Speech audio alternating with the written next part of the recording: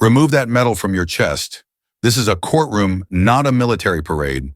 The words snapped through the air like a whip. For a moment, the entire courtroom froze. Even the quiet shuffle of a bailiff's shoes came to a halt. General Eliza Monroe, standing tall in her Air Force dress blues, did not flinch. Her eyes locked on Judge Everett Langston, who sat elevated behind the bench, like a man trying desperately to look bigger than he truly was. The medal in question, her Distinguished Service Cross, rested just above her heart, gleaming faintly beneath the fluorescent lights. It was not ostentatious, but there was no mistaking its weight. Eliza didn't wear it to draw attention.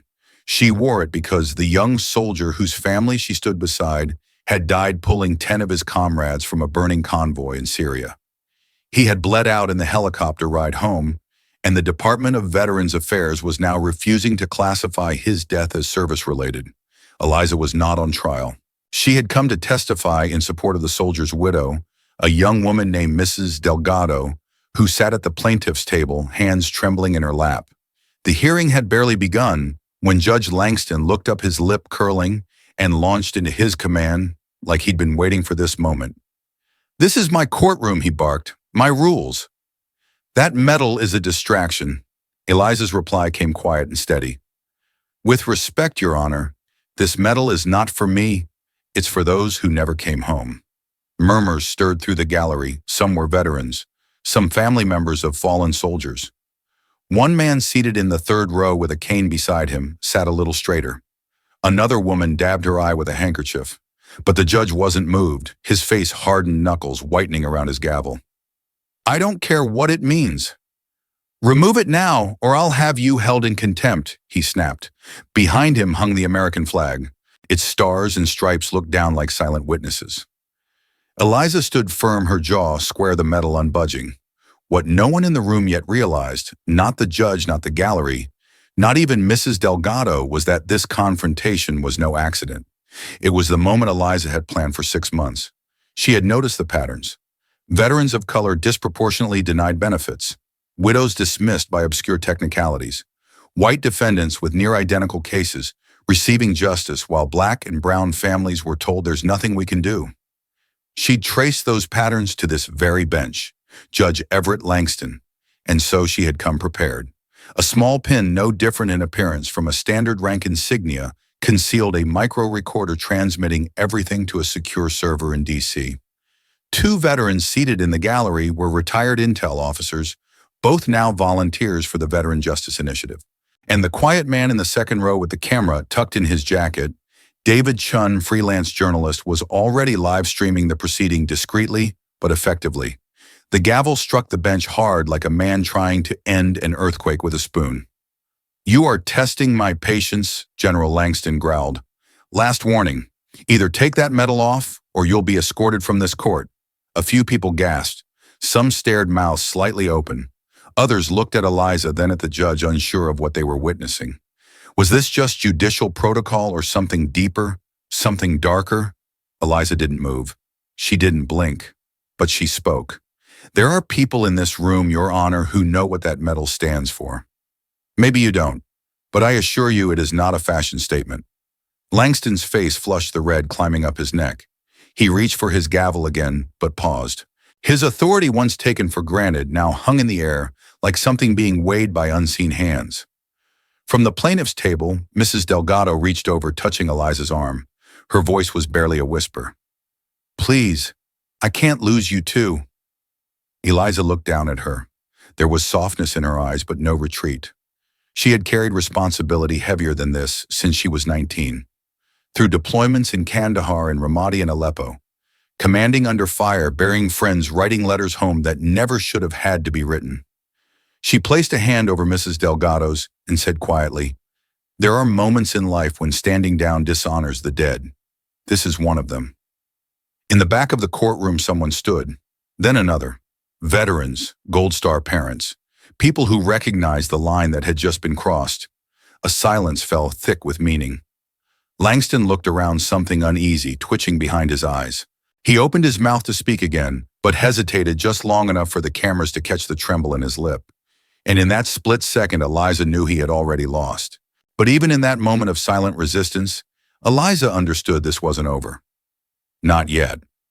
As the courtroom buzzed with barely restrained tension, the bailiff Rodriguez, a quiet man with a buzz cut and a veteran's bearing, approached her.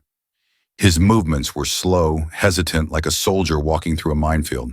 He paused inches from her eyes, searching hers for permission he couldn't ask for aloud. "General, I'm sorry," he murmured. His voice cracked slightly. Eliza nodded once. Not in surrender, but in recognition. He wasn't the enemy. He was just another man trapped inside a system that punished those who dared to ask questions. Langston pounced on the pause. "Escort her out, now." The order thundered like a cannon, but the room didn't move with him.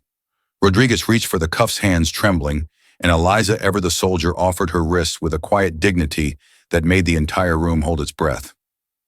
"This is absurd," someone whispered from the gallery. But Eliza heard something else entirely, the soft, near-silent chime of a notification in her earpiece. The signal had gone through. 6 months earlier, she'd sat in a coffee shop with her former commanding officer, now turned civil rights attorney, Colonel Mitchell. Back then, she had laid out a troubling pattern: veterans of color consistently denied benefits their families tossed aside by a legal system that claimed impartiality but oozed silent prejudice. And at the center of it all, Judge Everett Langston, a man no one had been able or willing to challenge. Until now. Mitchell had listened quietly that day, then said 5 words she never forgot. Make him show the world. And so she had, with discretion, with patience, with strategy. Now in the back of the courtroom, Mitchell sat among the crowd, seemingly just another older man in a brown blazer. But his phone was live. Data from Eliza's hidden transmitter streamed straight to his team's secure server in D.C., where lawyers, journalists, and a sitting congressman waited for one single cue proof.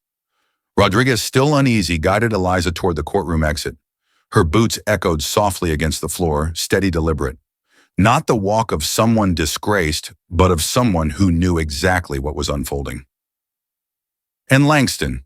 He leaned back in his chair, a cruel smile playing on his lips as if he'd just swatted a fly. "Let this be a lesson," he announced to the room, voice raised. "No one, no matter how decorated, is above the authority of this court." He didn't know his words were being transcribed, recorded, analyzed in real time. He didn't know his fall had already begun.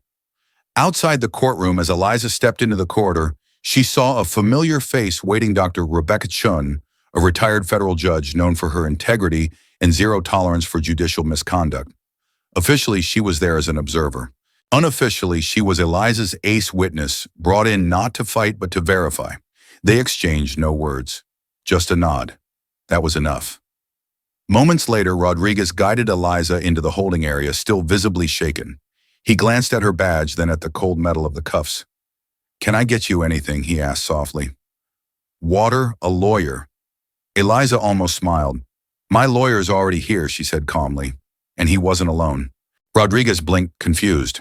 But even before he could ask what she meant, the hallway outside erupted with a flurry of footsteps and purposeful voices. Eliza didn't move. She didn't need to. She had played this game before, just not in courtrooms. In war zones, timing was everything. And right now it was perfect. Down the corridor, the courtroom doors swung open with a dull thud.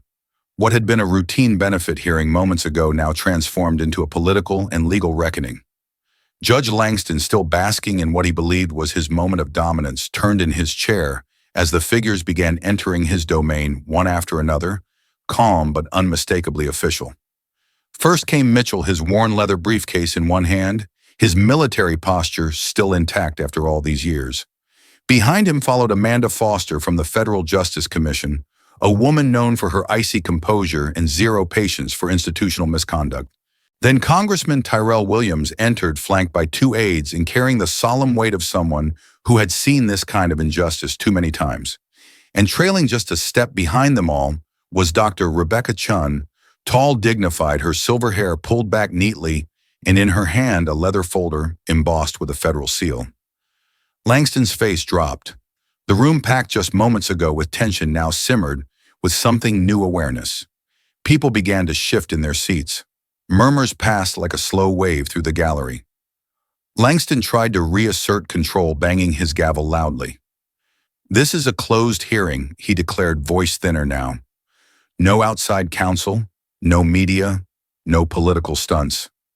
Mitchell didn't raise his voice. He didn't need to. Actually, Your Honor, he said, placing a document gently on the clerk's table, this hearing has been reclassified as a federal inquiry into civil rights violations within your courtroom. Langston scoffed. You can't be serious. This is absurd. Amanda Foster stepped forward, badge displayed, voice steady. We are very serious, Judge Langston. We have 87 pages of documentation, 23 hours of audio recordings, and sworn testimonies from 17 plaintiffs, all tied directly to your judicial conduct. Langston opened his mouth to speak, but nothing came out. For the first time in over 2 decades on the bench, he looked like a man unsure whether to stand or run. In the holding room, Eliza sat calmly listening. The faint sound of her own voice echoed back to her through the small monitor hidden in her badge.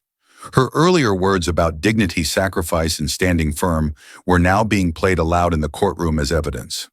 The very trap Langston had so arrogantly walked into was snapping shut in real time. Back inside, David Chun, the journalist who had been quietly filming, stepped forward and connected his live stream to the court's projection system. One by one, the audio clips played. I know the type. These people always make it about race. Just another decorated soldier looking for attention. They think their medals give them the right to dictate how I run this court. Each quote stabbed through the air like a blade. The gallery, now packed with veterans and families, sat in silent horror. Langston, red-faced and sweating, grabbed for his gavel again. This is entrapment. She planned this. She manipulated this court. That's when Eliza was brought back into the room. She didn't say a word at first. She simply stood, the handcuffs now removed, her uniform immaculate. Her eyes locked on the man who had tried to strip her of more than just her medal. Then finally she spoke. No, Your Honor, she said, voice calm but unyielding. I didn't manipulate anything. I documented the truth. And the only trap here was the one you built with your own arrogance. The silence that followed her words was suffocating, not awkward, reverent, like the quiet that falls over a battlefield after the final shot has been fired. Even Langston, hunched behind his bench, said nothing. His gavel rested awkwardly beside his hand, now powerless. The authority he had worn like armor for 27 years had been stripped away, not by force, but by precision, surgical, undeniable, and public. Amanda Foster moved closer to the bench, her expression unreadable.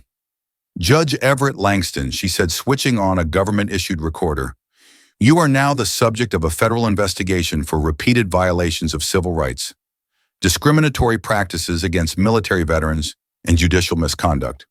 Anything you say from this point forward may be used in that investigation. Langston opened his mouth, then closed it again. His eyes scanned the room like a drowning man searching for a rope that wasn't there. But the only thing he found was the face of Congressman Tyrell Williams, who stepped forward with a carefully folded document. On behalf of the House Civil Rights Oversight Committee, Williams said, we're opening a full review of all your cases over the past 5 years, beginning with the 28 involving veterans of color. Those families deserve answers and justice.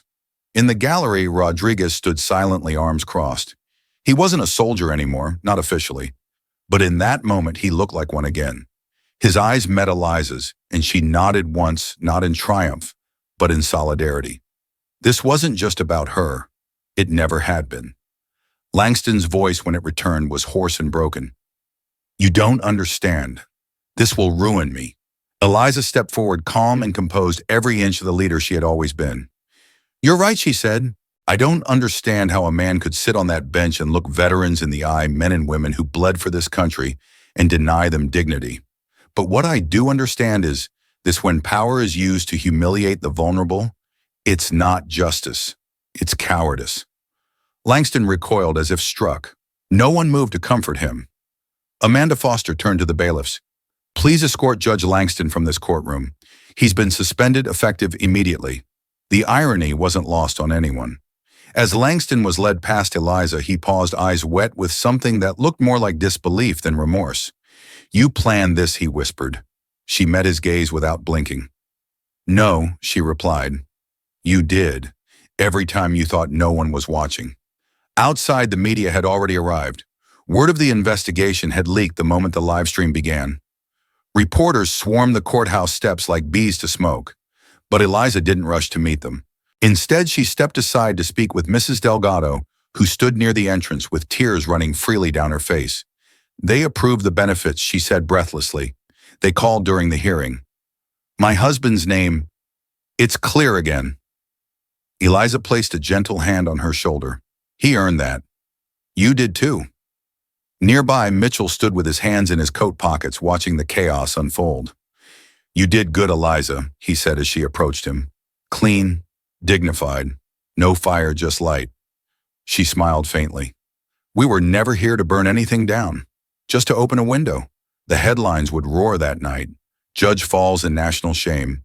General turns courtroom into moment of reckoning. Justice finally salutes back. But for Eliza, the victory wasn't in the spectacle. It was in the quiet, the way people had risen to their feet when the truth was finally louder than fear. And she knew this was only the beginning. And yet, for all the noise the story made in the hours that followed, Eliza remained quiet. She declined interviews that first week, ignored the dozens of phone calls from media networks. Politicians reached out offering congratulations and photo ops, but she responded only with a single sentence. There are still 27 families waiting, because while the cameras had captured Langston's fall, Eliza hadn't done this for a headline. She had done it for justice. And justice, she knew, wasn't just about exposing one man. It was about dismantling everything that had allowed him to thrive. Behind the scenes, the wave had already begun. In Washington, a congressional subcommittee launched a full-scale review of Langston's rulings. Civil rights attorneys submitted motions to reopen every benefits case he'd denied in the past 5 years. By the end of the month, 3 other judges in neighboring districts had quietly resigned, rumors of their own Langston files circulating like wildfire. And Eliza, she got to work. Alongside Colonel Mitchell and Amanda Foster, she helped draft new federal protocols for military benefit evaluations, ones that removed discretionary language and ensured equal treatment regardless of race, branch, or rank. They called it the Monroe Standard. Rodriguez, now promoted to chief of security at the same courthouse, implemented the first ethics training program for courthouse staff in the district's history. His opening session began not with a lecture, but with a photograph of Eliza standing tall in cuffs, and the words, "Courage doesn't always wear a uniform. Sometimes it wears a stare." Meanwhile, the Department of Veterans Affairs, under intense public pressure, fast-tracked the review of hundreds of contested cases. Families who had given up hope started receiving letters not just of approval, but of apology. Mrs. Delgado's daughter received a full scholarship to medical school, sponsored anonymously. But she knew.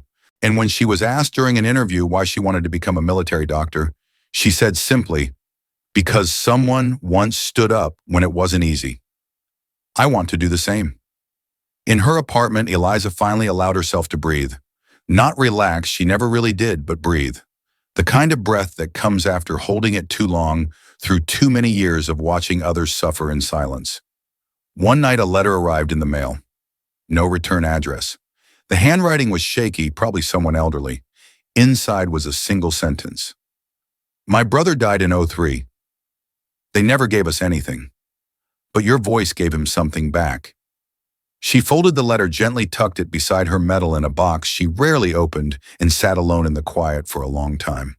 It wasn't victory she felt. It was weight. The good kind. The kind that reminds you you're still standing. And still the work continued. At a veterans conference in Seattle, a young Marine approached her after her panel. Nervous, shaking, maybe 25 at most. He handed her a worn notebook. "I've been keeping records," he said. "Like you did. From my base. Things people say. Things they do. It's small, I know. But maybe it helps." Eliza smiled. Not big, not performative. Just enough. "It's not small," she told him. "It's the beginning." Because she understood now, justice didn't end in that courtroom. It began there. Quiet revolutions are still revolutions. And when planted right, they don't erupt.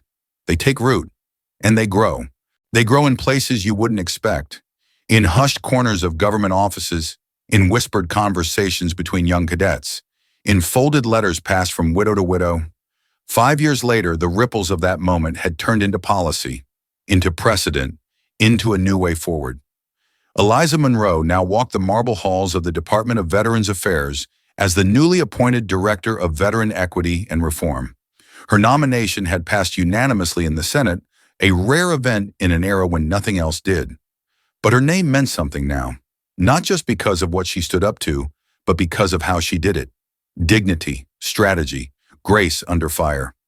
At her swearing-in ceremony, she wore the same dress blues, the same medal above her heart. The difference was this time no one dared to question why it was there. Behind her stood not just officials and senators, but several of the families whose cases had been overturned because of her. Mrs. Delgado, a widow from New Jersey, a single father from Houston. One by one, they had made their way to Washington not to protest, but to witness a promise kept. When Eliza stepped up to the microphone, she didn't deliver a victory speech. She told a story, a quiet one, about a young airman she'd commanded years ago in Syria. He'd lost both legs in an IED blast but refused evacuation because he didn't want to leave his team. He taught me, she said, that sometimes leadership means staying when it's easier to walk away. The room was silent. Even the cameras stopped clicking. Outside across the country, her story had already entered textbooks. Military academies used her as a case study in ethical leadership. Law schools cited Monroe versus Langston as a foundational moment in modern civil rights litigation.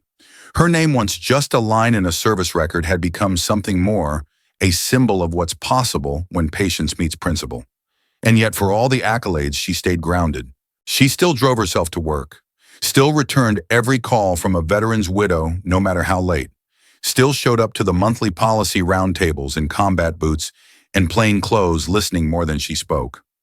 One afternoon, while visiting a West Point ethics class, a black female cadet approached her after the lecture. Her voice trembled, but her eyes burned with resolve. "My mom served. She was discharged unfairly and told to stay quiet," the cadet said. "But then I saw you on the cover of Time, and I thought, maybe I don't have to stay quiet either." Eliza didn't say much. She just reached into her coat and pulled out a small pin, the same kind she'd worn the day Langston tried to strip her down. "This belongs to someone who understands the difference between silence and stillness," she said, placing it in the cadet's hand. Later that week, she visited the Arlington graves of the soldiers from her old command. No cameras, no entourage, just a quiet moment with the names etched in white stone. She knelt by one in particular, Sergeant Torres, the soldier whose case had started it all. "I kept my promise," she whispered. Behind her, a breeze passed through the trees like a breath finally let go. Justice had come not with noise, but with precision, with preparation, with a kind of courage that didn't need to shout. And as Eliza rose to her feet, one thing was clear. This was never just about medals or titles. It was about the right to stand fully seen, fully heard in a country you helped build, and to make sure no one ever had to fight for that right alone again. And she kept standing, not for recognition, not even for vindication, but for those still waiting in the wings of the system, wondering if someone would ever say their name out loud. Because Eliza had learned long ago, justice isn't loud. It's steady. It moves when someone refuses to sit down. In the final year of her term, a journalist from The Atlantic sat down with her for what would become one of the most shared interviews of the decade. Midway through the conversation, the reporter leaned forward and asked, "What was your moment of greatest satisfaction? Was it when Langston got removed? When you were awarded the Presidential Medal of Freedom?" Eliza didn't answer right away. She looked out the window for a long second before replying, "No. It was when I received a letter from a young female veteran who said I filed a complaint because I saw someone like me fight and win, and it made me believe I wouldn't be alone." That was the moment. The article was titled "The Quiet General," and it struck a nerve with millions. That year, the Monroe Protocol expanded nationally. 17 additional judges were suspended across 6 states as part of ongoing inquiries sparked by her case. The Department of Justice rolled out a new program, Honor with Equity, aimed specifically at training courtroom officials to recognize unconscious bias in the handling of veteran affairs. The legacy was growing, but Eliza had never been interested in monuments. She wanted mechanisms, systems that would keep protecting long after she was gone. At a high school in Chicago's South Side, the very neighborhood she'd grown up in, Eliza attended a small ceremony for a new scholarship named after her.